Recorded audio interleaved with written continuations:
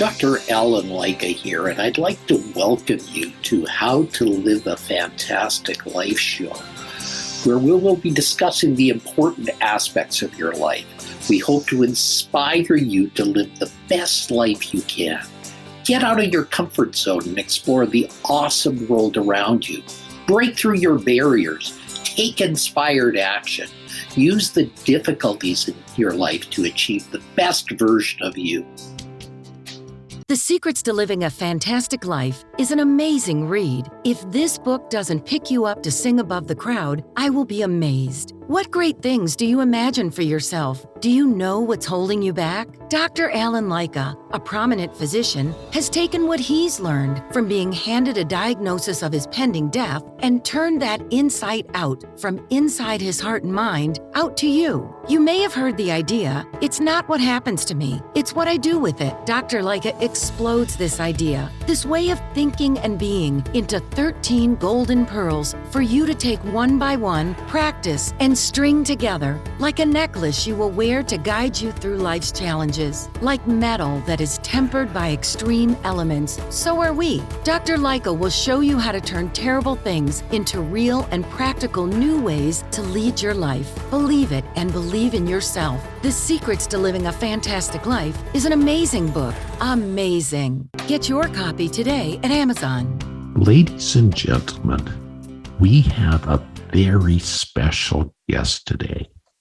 She calls herself Dr. Ellen. Her full name is Dr. Ellen Cutler. And the reason I mention that is because she's a best-selling author and an internationally recognized teacher, a public speaker, and a media spokesperson. She has a chiropractic degree and specializes in the use of desensitization of food and other sensitivities, gentle detoxification, and she uses enzymes and nutritional therapies for chronic conditions that have perplexed the conventional medical establishment. In fact, she's invented a new healing technique called ECM, which also refers to the Ellen Cutler method. Welcome, Dr. Ellen. It's great to be here, Dr. Leica. Happy to be with you. Fantastic. So tell me, how did you become so involved in these things? It sounds like a very personal mission, not like the usual missions I get when I get people on this show. That's a great question. Thank you for asking me that. And honestly, I feel like this has been my life's work. This is why I'm here on Earth, really, because what I do 24/7. And it initially started me with my journey.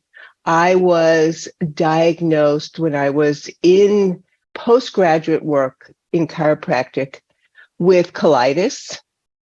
And of course, the conventional methods of helping me were medication, steroids, and possibly surgery later on in my life.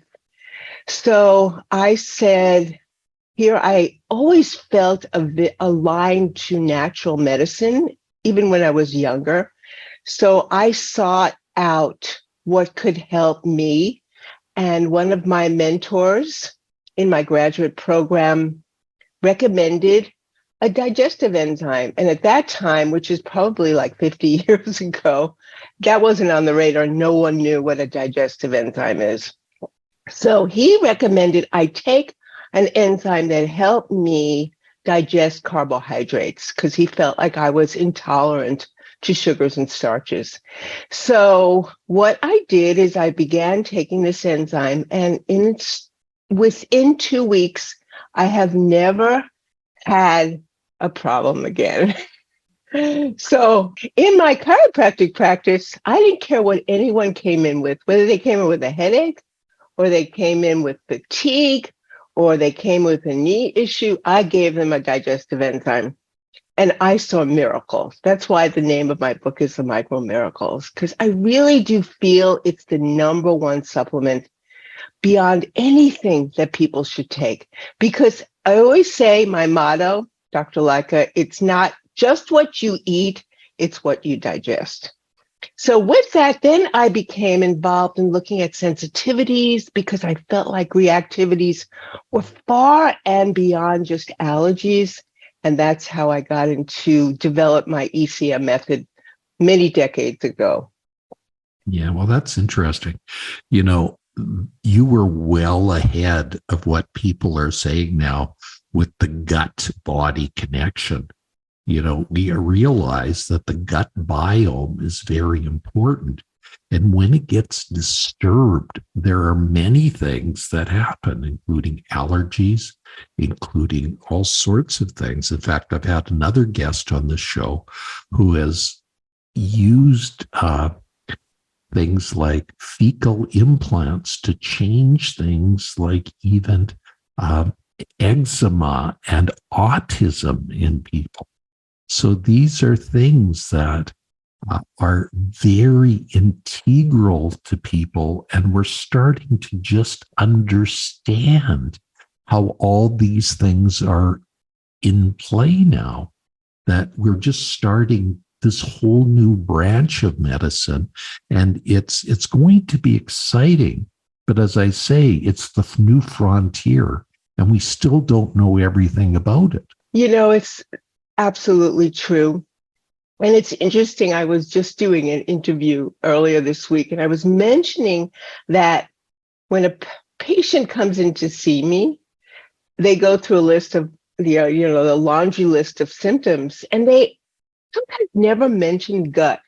And then I say to them, well, what about your gut? Well, I've been constipated my whole life, or I'm bloated all the time, and it just never feels. I have cramps, but they never mention it because they've had it their whole life. And I say to them, yes, that's such an integral part of your overall health that, believe it or not, looking at the gut can be extremely helpful to helping with these other areas, other symptoms that you're talking about. And that's where a digestive enzyme can be a key beginning. And sometimes it's all they need. But what I have found also, Dr. Leica, is that when you eat a food that you don't digest, you can become reactive or sensitive to it, or an allergic. And those sensitivities to foods can cause all kinds of different problems. In fact, it's very common in children, as far as you were talking about eczema. It's a big one for headaches, for fatigue, for even some autoimmune issues, for chronic pain, for female problems. So food sensitivities can be key, as well as other sensitivities, which I get into with my work. But digesting your food is so important. I know myself, Dr. Leica, if you start your day and your gut doesn't feel good, it's hard to really have a good day. Isn't that true? Oh, for sure.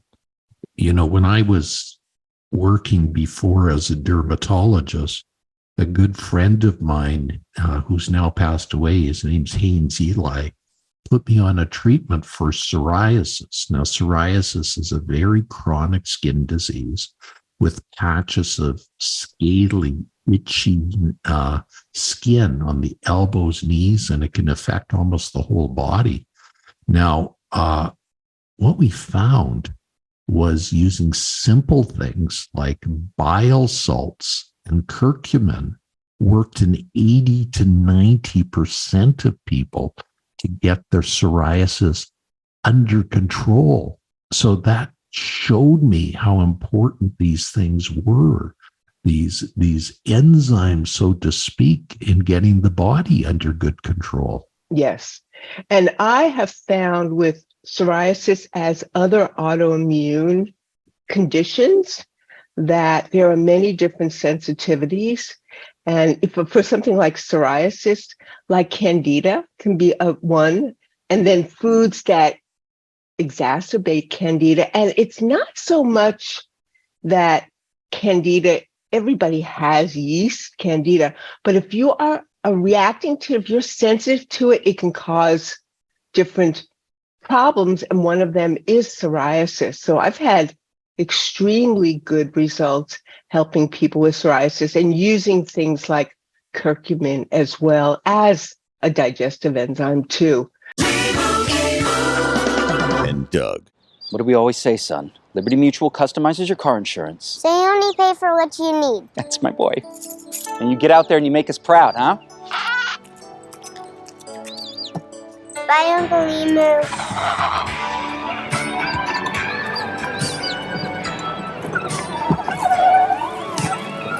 Stay off the freeways. Only pay for what you need.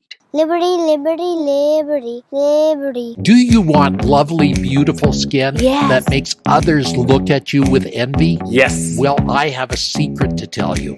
I'm Dr. Alan Leica, and in my former career, I was a leading cosmetic dermatologist, and I stumbled across an amazing set of creams. They are called Cloud Creams, made by Canadian dermatologist Gordon Telford. These creams make your skin care as easy 1, 2, 3 because they are based on vitamins A, B, and D. Use them daily and your skin will take on a new youthful appearance. My patient's skin was lighter, brighter, and tighter. Gordon and I are so convinced you will love them. Gordon is prepared to offer you a double your money back, no questions asked guarantee. Get yours today. Go to cloudvitamincream.com and get started. Tell them Dr. Leica sent you. So it's so important in your overall well-being, and it's a great place to start. Sometimes we look for all these other supplements.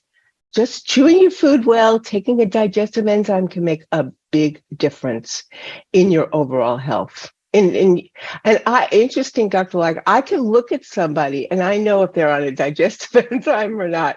Because when you take an enzyme, you optimize your nutrition from your food.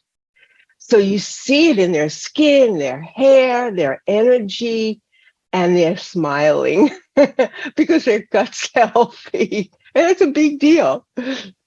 That is a big deal. Now, you have created your own unique method, which you've called the ECM method.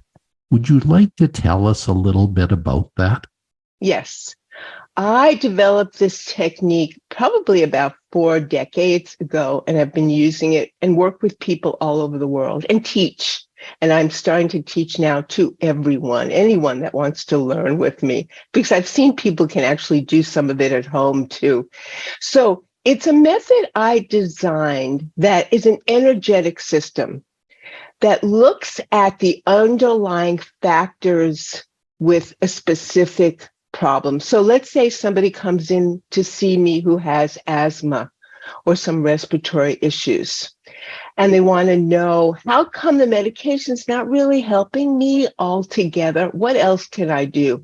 So I have a protocol, a system to evaluate what are the underlying causes of asthma.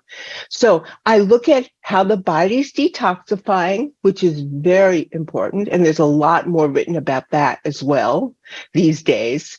And then I look at sensitivities, foods especially, what foods are underlying, what foods they are sensitive to. And then I look at other factors like environment. For example, asthma, it's usually mold is a big one, or other allergens like dust, whatever. And also pathogens. You could have a virus that you maybe, or bacteria you had when you were a kid. There's still something in your body that's still reacting to it, or even an antibiotic or something like that. So I look at all these underlying factors and emotions, which are very important for asthma. With all that information, I go through a process of desensitization, a clearing that I do and they do at home. That's an acupressure type clearing that retrains the mind. You learn something different. You learn in some ways through the body-mind connection to not be sensitive to those And within sometimes immediately or maybe a week, so sometimes it takes a little longer for some people, asthma is much better. And sometimes they can even go off their medications, which is phenomenal. And I wrote a book about asthma a long time ago because I've had such amazing results with it.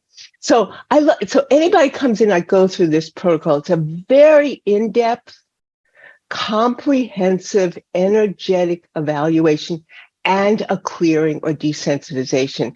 I have libraries of items that I test for anti-aging, for example, for people who've suffered with Lyme over years. What are some factors that can help them in their healing process? So I work at this and advance it all the time, and it's amazing. Lyme's disease, I don't know everybody knows what that is. So let's just define that for everybody. That is the bite of a tick that causes people to have in some people, a chronic reaction. And that reaction is inflammatory in nature. So that is thought to be started by an infection that goes on in the body, that stays in the body, but it also has other things that make it worse at certain times and better at certain times. Exactly. There's an acronym SNAC. So it starts on the skin. It can affect the nervous system, cause arthritis, Lyme, arthralgia. And then it can also cause cardiovascular problems too. And I've seen it. And I work with many doctors here in the Bay Area or in the country that we support each other in helping with clearing certain things. Like sometimes there are certain antibiotics they go on and they have a sensitivity to it. The ECM technique can help reduce or clear altogether the sensitivity to that and actually help in healing that and those infections caused by chronic Lyme or another virus too as well. So I love what I do because what is different about the ECM work is very individual. It's tailored to the individual. So not everybody with Lyme or asthma or eczema have the same sensitivities. It's very individual. So there's not one drug that can really help everyone because it is different. We express it differently, each individual. Yes, and I think that's what's so important is that people realize that all these things are interdependent, that it is a unique fingerprint everybody has. And I mention that specifically because no two people have the same fingerprints. And it's the same thing with something like this. Although there are similarities, there's nothing that is specific to anyone. So this is where the art and science comes in helping a person with this. Because again, although there are general principles, there is no blueprint, so to speak, that makes everybody better. I love that fingerprint. I'm going to remember that one. That is great. That's a good one. That's absolutely true. That's so the way I work, for sure. Well, that's good. And I think it's important to bring out these things for people so that people understand these. That's why I try to bring out different things and different people's stories, Dr. Ellen, because all this stuff is an amazing frontier. And I say it's a frontier because it takes a creative person like you to put some of these pieces together.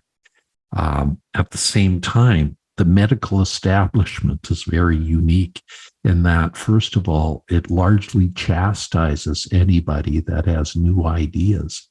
And then after a while, they start saying, maybe there's some merit to it. And finally, it becomes self-evident. And we know that, for example, in treating stomach ulcers. Stomach ulcers were thought to be an aberration of acid and a whole bunch of other things. And then finally, it came down to the fact that it was a bacterial infection that was causing it. And the person that discovered that was largely chastised by the medical community. After several years, they decided, that's self-evident that bacteria are the cause for stomach ulcers. So this is why I say this in such a way, because that's exactly what I'm sure is happening to your ideas too. Sylvia O'Connor is the moving on expert. Her brand new book, Living the Abundant Life, 9 Principles to Move from Poverty to Prosperity, talks about how Sylvia moved on from several life circumstances, leaving her southern home after graduating from high school to seek a better life up north in Detroit, Michigan. To purchase the book, go to sylvia-o'connor.com. Take a step toward bringing our country and community together. Start a meaningful conversation at lovehasnolabels.com/one small step. A message from StoryCorps, Love Has No Labels, and the Ad Council. I've been through that my whole life, being a chiropractor. In fact, I went and got a medical degree. I actually went and got a medical. I never got licensed as a medical doctor, only because I thought it would help me, because being a chiropractor, I've been through my I guess you can understand being a woman and being a chiropractor and having a very creative system. But I have endured, and now many of those people that chastise me come to see me and recommend people to me. So, it's come in a full circle. But the results speak for themselves too. And what I do can't hurt anyone. So and I don't take people off medications. I didn't put them on it. I don't take them off. I work with their physicians or their healthcare practitioners they see in helping them. What I want is for people to be well. And, as I teach my patients. I feel like I'm an educator, besides the digestive enzymes and clearing these sensitivities. I advocate a good diet. I'm a vegan. I advocate at least mostly a whole-based organic whole plant food diet. And I'm big advocate of exercise and even some meditation, mindfulness. It makes such a difference in your overall health and longevity. Now, this show is called the How to Live a Fantastic Life show. How have you learned to live a fantastic life, Dr. Ellen? I love that. First of all, every day I wake up at 4:40 and I meditate. And then I sit and feel grateful. I think that's so important, and appreciative of what I have and in my life and my family and my patients who are basically my family too. So that's key. And like I said, eating a good diet. I do it. I'm a little bit stricter maybe than some other people because I've been through hell when I was younger with colitis. I remember what it felt like. I never want to feel that way again. So I always take my digestive enzyme, and there are other things that I take regularly too. And then I exercise every day, some form of exercise a day. And again, I think smiling is very important, and good posture. Because if you're like this, how can you feel happy? If you're like this, it's much easier to smile and be positive. And I think smiling is really important. And laughing. I'm with my grandchildren. They laugh most of the day. How come we don't do that? So those are some things I do to live fantastic. And the last thing is serving people. I think being of service is so important in in your life and your happiness. Yeah, I like the saying of Zig Ziglar a lot. He says, your attitude, not your aptitude, if that it will determine your altitude. Now, Love that it. is such a powerful expression. Your attitude, not your aptitude, will determine your altitude. Love it. Think about that. How can you get to a higher level? Certainly, all of us have certain abilities. That's our aptitude. But no matter what abilities we have, unless we harness them with attitude, we're never going to develop those abilities to the fullest. So I think that is so important for us to really make a difference. Aptitude plus attitude equals altitude, a very simple equation for everybody to take to their every day and make that day special. So I think if everybody would spend just a couple of minutes at the beginning of a day sitting still and saying, oh my goodness, this is all the wonderful things this day has for me in store, instead of saying, darn alarm clock, I hate that it's gone off. I'm going to stop it and get another 10 minutes sleep. And then I'm going to grumble, get on to my job. And then I'm going to grumble, get through my job all day long. Can you picture that sort of thing instead of asking, how can I contribute? How can I make this process better for everybody? How can I make this day marvelous for everybody? That is really the better way to perceive things and the better way to look at everything. You know, Exactly. I think everybody should look at things as if this is the last day you have on earth. What would you do? How would you look at it? What would you do to make it fantastic? Because that's really all we're given, is really one day at a time. Exactly. And we've got to make that day so special. If we don't make it special, we will never really be everything we can be. Exactly. And every day I write my intentions for that day, this day. So I do that regularly, and it does make such a difference. And I know you've made my day just hearing what you just said. That's beautiful. Well, thank you so much. So how can people find out more about you and what you have to offer? So my website is drellencutler.com. And my new book, my updated book, Micro Miracles, is now just about to be published this week or the beginning of next week. So I look forward to people reading. It's all about enzymes, and 2 new chapters, one extended chapter on longevity and anti-aging, and digestive enzymes post-pandemic use too. So I think it's really going to be extremely interesting for everyone. And you can subscribe to my YouTube video, Dr. Ellen Cutler. And one more thing, every Monday I do a Miracle Monday on Facebook, and my Facebook page is Micro Miracles. Well, thank you so much, Dr. Ellen Cutler. It was really a pleasure to have you on my show. And ladies and gentlemen, check out my website, drellenleica.com. That's Dr. DRALLEN, Leica, LYCKA.com.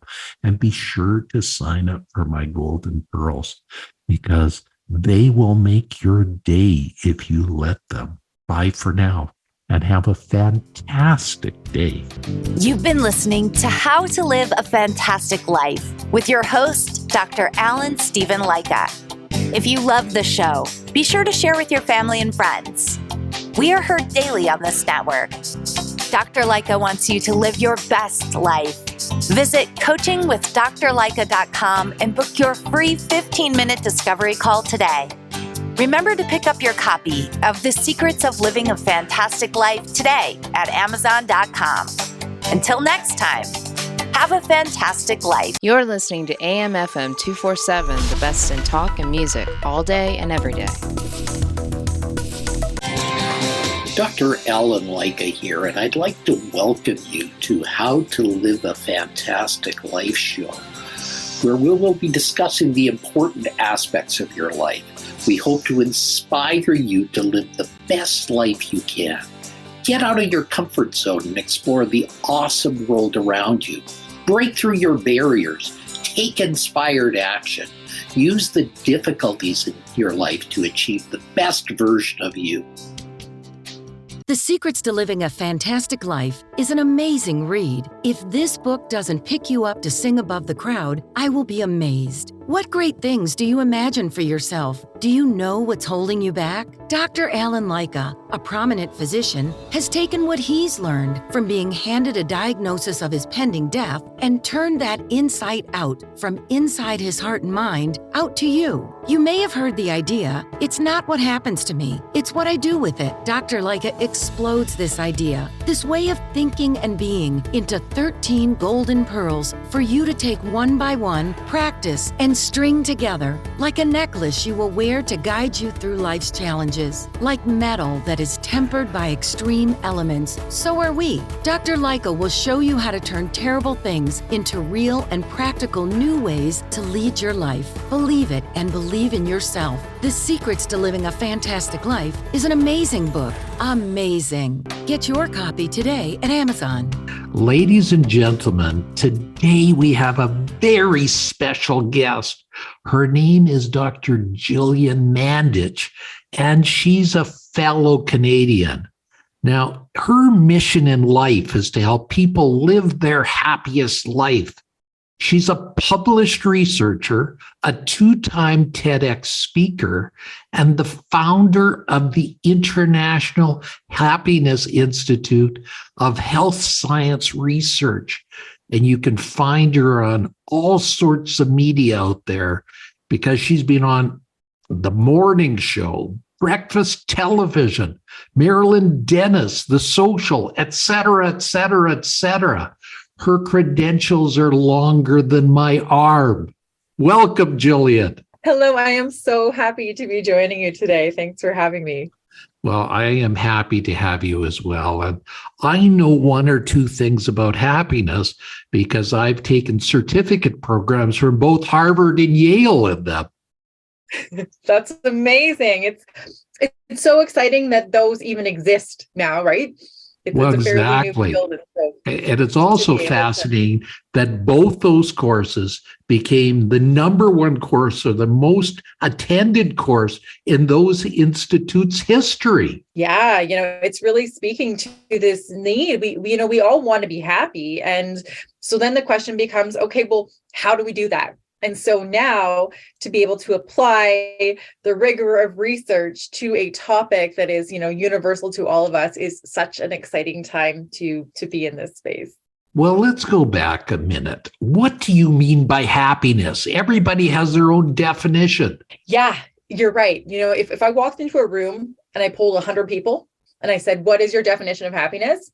I probably would receive 100 different answers. There may be some I think you get 120 different answers or 200 answers. Yeah, very true. And yet, when I say happy, we all have a general idea of what it is.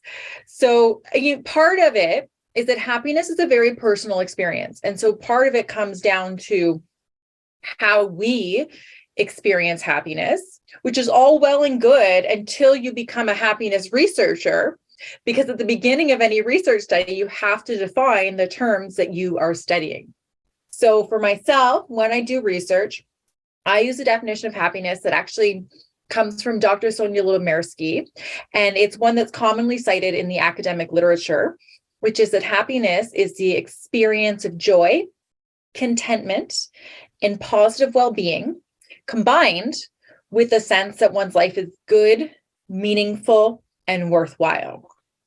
The Wow. reason I like this definition is because it casts a wide net, right? So, it talks about sort of the in the moment happiness, joy, contentment, peace, but then also sort of this bigger legacy, purpose piece, right? The experience of one's life being good, meaningful, and worthwhile. So that's the one that I often use. There are lots of them out there because happiness is a very subjective personal experience. It's like love, right? Something like that. It's hard to sometimes encapsulate those feelings into words. So we do the best that we can. And the number of scientific publications on happiness have literally exploded over the years. Yeah. It was not until about the mid 90s that we started. So we were doing a graph. There's very little work being done. We were focused on, disease, what's wrong and how do we fix it? And then with the positive psychology beginning as a field, what we see is that in the past 20 or so years, there has just been an explosion of work in this field, I think, because we're understanding that our quality of life matters. And, it's not just about when something goes wrong, how do we fix it? It's about how, given whatever situation I have in my life right now, what can I do to, enhance my life, to make it happier? And so I feel like it's a very exciting field because it is new. There is so much to learn, and we are learning so much. And especially with happiness, what researchers used to think is that we were sort of had a set point of our happiness. So kind of like a thermometer in a room where, we have our certain level of happiness and the good thing happens and it goes up, and then we kind of go back down, and then maybe something challenging happens, so our happiness goes down, then it kind of goes back. And what we know from recent research is that, yes, there is a piece of our happiness that's genetic. So there is an element of that, but that's not where the conversation ends. And what we know now is just like, if you want to go into the gym and exercise to get stronger, it's almost like part of our happiness is a muscle. And so when we do things, we can take whatever set point we have and we can actually increase our happiness and sustain it at higher levels. And so I think that that's really exciting. And that's where my work focuses on, is like, how do we actually increase our happiness in a meaningful way to enhance our quality of life and our Gillian, physical health? I'm going to get you to stop there for a minute because we have to pause for a commercial message. Okay. And ladies and gentlemen, come right back, because at the end of this message, you're going to hear why happier people are better. In other words, they have certain things about them that make them live better lives. Do you want lovely, beautiful skin that makes others look at you with envy? Yes. Well, I have a secret to tell you. I'm Dr. Alan Leica, and in my former career, I was a leading cosmetic dermatologist, and I stumbled across an amazing set of creams. They are called Cloud Creams, made by Canadian dermatologist Gordon Telford. These creams make your skin care as easy 1, 2, 3 because they are based on vitamins A, B, and D. Use them daily and your skin will take on a new youthful appearance. My patient's skin was lighter, brighter, and tighter. Gordon and I are so convinced you will love them. Gordon is prepared to offer you a double your money back, no questions asked guarantee. Get yours today. Go to cloudvitamincream.com and get started. Tell them Dr. Leica sent you. Sylvia O'Connor is the moving on expert. Her brand new book, Living the Abundant Life, 9 Principles to Move from Poverty to Prosperity, talks about how Sylvia moved on from several life circumstances, leaving her southern home after graduating from high school to seek a better life up north in Detroit, Michigan. To purchase the book, go to sylvia-o'connor.com. Well, welcome back, ladies and gentlemen. I have a very special fellow Canadian with me today, Gillian Mandich, and she's talking today about happiness. Now, what are the features that make happy people different than everybody else? Yeah, this is a great question. And so when we look at sort of the benefits of happiness, let's start there. So when we compare happier people to less happy people from a physical health perspective, what we see is that happier people have lower rates of cardiovascular disease. They have stronger immune systems. They heal faster from injury. They tend to sleep better, both in terms of duration and also sleep quality. And they tend to make better nutritional choices. So from our physical health, we see that there's a ton of benefits, but it even extends beyond there. So if we look at how we show up in our life at work, we see that happier people are more productive. They're more creative. They get better job evaluations from their supervisors. They're better liked by customers and clients.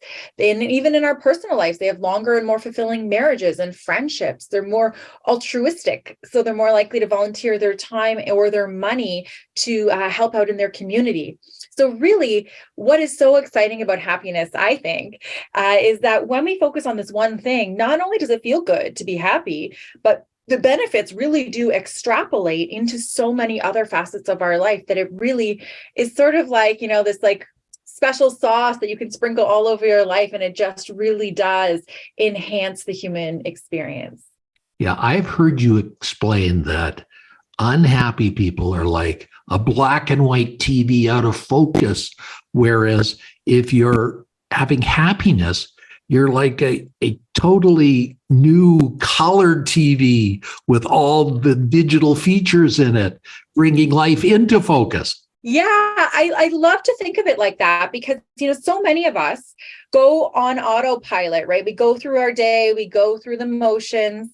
And yet that's sort of like looking at life through, like you said, through a black and white TV where it is what it is. But why do that when we can actually watch TV in like 4K high definition? It's going in the 3D world, right? Where we can actually experience more, where things are brighter, where things are sharper, where we're actually able to enhance our life. And so instead of just going on our life through autopilot, we can actually be intentional about some of the behaviors and thoughts and actions that we have. And by doing that, we can actually really enhance our life and really start thriving and flourishing in our life as opposed to just going through the motions of life. Now, you also have stated in some of your talks about how happiness differs at different times in your life, at least in the populations that you've seen. Like people are happier at certain times in their life. When is that? Yeah, and there's a lot of work being done in this area, and it's a little bit controversial. You'll see some that talk about how we have this inverse use, so our happiness sort of peaks midlife. But I think more than that, we all have ebbs and flows in our life. We all have times that we go through that are more challenging. Maybe we're going through a divorce or a job loss, and our happiness may go down. And yet other areas of our life, we may see, when we get a new job, or when we graduate from school, or when we get a big promotion. So we have those highs and lows. And I think there's a lot of individuality in that. But I think that the key thing to recognize is that happiness is not a destination, right? It's not something that we arrive at one day. It's a practice, it's a habit, and it's a skill. And so no matter where we are throughout the lifespan, no matter how happy or unhappy we're feeling right now, I think the big key that is very clear from research is that each and every one of us has the capacity to increase our happiness, to sort of build that skill, to grow that muscle, no matter where we are in any stage of our life. And especially, I think, during difficult and challenging times, that while it may seem like a time that we may not want to focus on happiness, oftentimes that can be a very opportune time to be able to start to shift things. We obviously feel all the feelings that we go through, right? The other piece is that we can't be happy all the time. People sometimes think that because I study happiness that I'm happy all the time, but it's impossible. And we see this in research, sometimes referred to as like the dark side of happiness, right? Where people that actually set their goal is to be happy all the time are less happy because they've set an impossible goal. And so I think that really focusing on for ourselves, answering the question, first of all, what makes me happy, like answering that for ourselves, and then thinking about, okay, well, how can I create more opportunities in my life to do more things, to prioritize, and to make the time and put in the effort for happiness? Because, sometimes we see these quote cards on Instagram or Facebook that say, choose happiness. And the reality is, it isn't that easy. It's not like we just wake up in the morning and we decide what we're going to have for breakfast and we choose happiness. It actually requires work and effort. Okay, Gillian, I'm going to get you to hold that thought. And ladies and gentlemen, Gillian is talking to us about happiness. And Gillian Mandich is an expert on this. And when we come back from this commercial message, we're going to talk about the myths of happiness. You need to be there to hear them. They ordered pineapple. You got to smell the butt to know if it's right. You know that noise? Make it quiet. Precious cream always in the bag. Because cream rules everything around. All right, chefs, we gotta go get the beans. Think they asked for bake, bro. Yeah, what I mean? Chef, they definitely said pinto beans. Actually, they want fava beans. You're so good at this. We get groceries. DoorDash. Ladies and gentlemen, we're talking about a Canadian expert on happiness, Gillian Mandich, and she's going to tell us about the myths of happiness today. Yeah, I think a lot of times, when we were growing up, I don't know about you, but in school, I was never taught how to be happy. Did you learn how to be happy in school? No, but I was a pretty happy kid and I had a lot going for me. So I didn't really pay much attention. I didn't have to be taught to be happy. I was just happy. Oh, well, you are very lucky because for a lot of us, we were never taught how to be happy. And then it gets messy and convoluted because we have TV and media and marketing and social media sort of projecting what they feel that happiness is. And yet happiness is not these, what we see from research is that, say, for example, we want a new house or a new car, something like that. We think that that's going to make us happy. One, what we see is that if we got that thing, it doesn't bring us as much happiness as we anticipated that it would. And it doesn't last for as long as we think that it does. And so one of the myths around happiness is that, it's something that we get it and then we're good, right? We always say, I will be happy when I fill in the blank. And yet it's a practice. So really recognizing that it's something that we have to work at and cultivate our entire life. It's sort of like physical activity or good nutrition, right? We have to choose to move our body most days and eat healthy food most of the time if we want to be happy. And with happiness, it's sort of the same thing where we actually have to practice it. And I think another big myth about happiness is that, and this is actually one that was personally for me when I first started researching happiness. I thought, okay, I don't like feeling sad. I don't like feeling anxiety. I don't like feeling depressed. And so I want to research happiness so that I can figure out how to get rid of all those challenging emotions and just be happy all the time. And what I quickly learned is that that idea is a myth. And we actually, when we think about healthy psychological functioning, we're humans that have a full spectrum and a full range of emotions. And so really giving ourselves permission to feel, to be human. Yes, we can cultivate more happiness. And happy doesn't mean that we don't have challenging or difficult times that we go through as well. Exactly. I think it's very important to realize that this thing called happiness is something that people have to develop. And it's like a muscle that's inside your body that you develop over time. Exactly. I kind of think about it like this. Like when we go into the gym, we want to get strong, we lift weights to grow our muscles. And it's sort of like when we do things throughout our day to make us happier, then our happiness muscle gets stronger. And then what happens is we get stronger and stronger. And then when a challenging or a difficult thing happens, whether it be a pandemic or a job loss or a divorce or whatever it is, our muscle is stronger. So we're able to cope with those difficult things in a more resilient way. So it's not about eliminating them, but when our muscle is stronger, we are better equipped, we are stronger to be able to handle whatever it is that life decides that it wants to throw at us. Exactly. Now, here's a difficult question. What is the opposite of happiness? Ooh, I ask this question a lot. I do a lot of public speaking and work with organizations, and I ask that exact question often. And what's interesting is that I get a wide range of things: sadness, I get anger, frustration, but the opposite of happiness is actually apathy. It's not caring at all.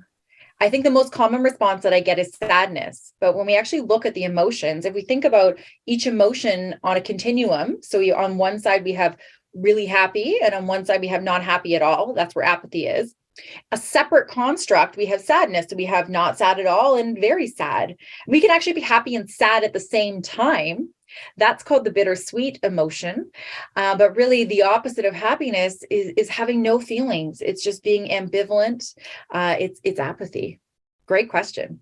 Thank you very much. Now, Gillian, it is such an honor to have you here, because I know you can teach people how to be happy.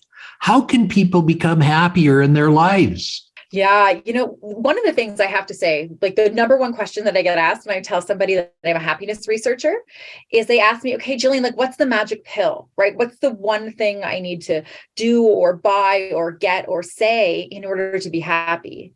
And the truth is, there is no magic pill. There's no one thing that's going to miraculously come and make you happy.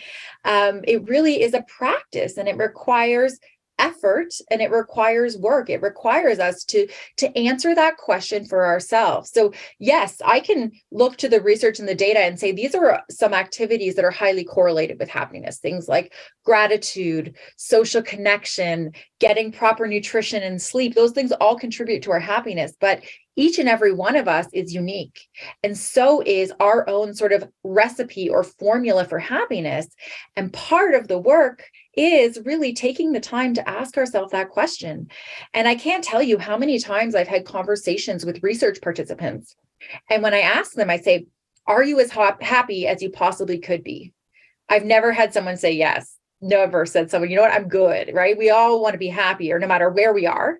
And yet, when I ask the second follow-up question and I ask, okay, well, what makes you happy? What often happens is one of two things. Either before they start their exhale, they're answering me, my mom, my dog, my cat, my sister, my brother, where it's almost like a reflexive answer. Or I hear like a really long pause and they really have to think about the answer.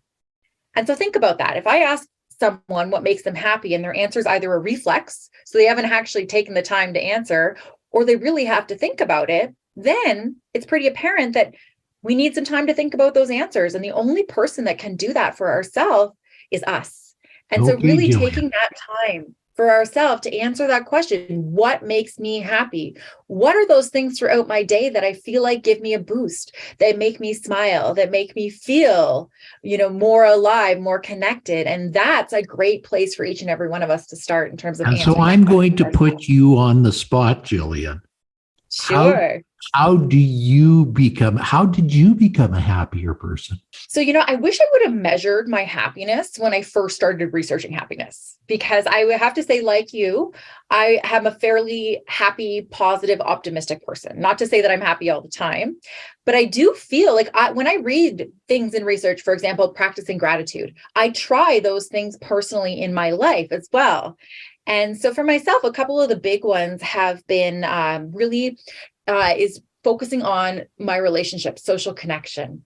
What we see, data coming out of the Harvard study of adult development, which is a really robust longitudinal study. So they've been following participants since 1938.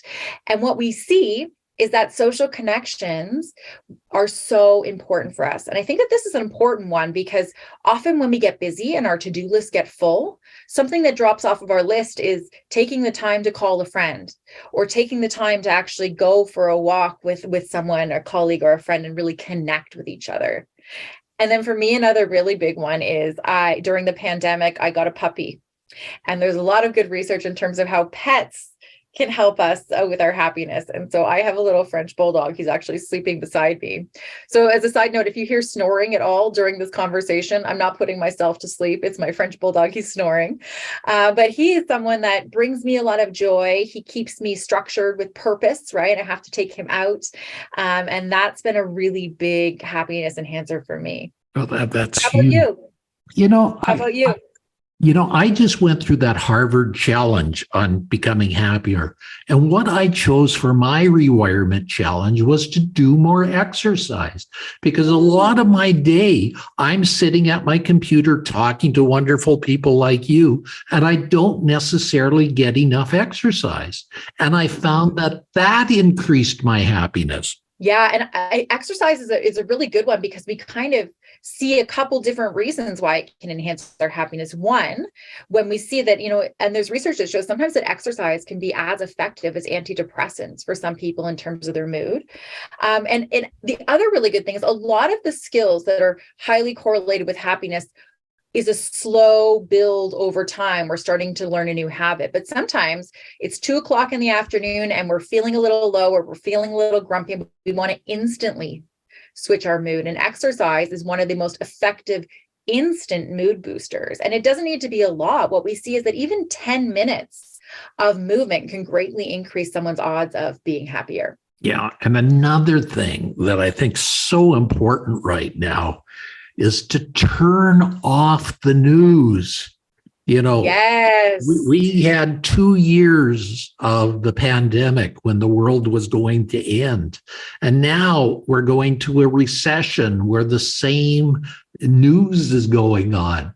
As we're talking, 2 major banks in the United States were put under the government's control, and Credit Suisse has been having some problems. So the Saudis have pulled their money out of Credit Suisse.